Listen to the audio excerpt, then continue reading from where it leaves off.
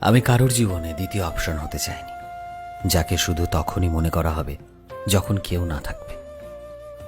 আমি কারোর জীবনে অবসর সময়ের সঙ্গী হতে চাইনি, যে শুধু আমাকে তার সময় কাটাতে ব্যবহার করবে। আমি বরাবরই মানুষের খারাপ সময়ের সঙ্গী হয়েছি, আর মানুষ আমাকে ঠিক তখনই নিজের ভেবেছিল যখন তাদের জীবনে কেউ ছিল না, আর যখন আবারও তাদের জীবন ঠিক হয়ে গেল। আমি আবারও মূল্যহীন হয়ে গেলাম। আমি সব সময় মানুষের পছন্দের মানুষ হওয়ার চেষ্টা করেছি, কিন্তু প্রতিবারই সবার কাছে শুধু অপশন হয়ে থেকে গেছি। আমি আমার প্রতিটা ইমোশন, প্রতিটা স্বপ্ন, প্রতিটা ইচ্ছে দিয়ে বদলে শুধুই অপেক্ষা আর অবহেলা পেয়েছি।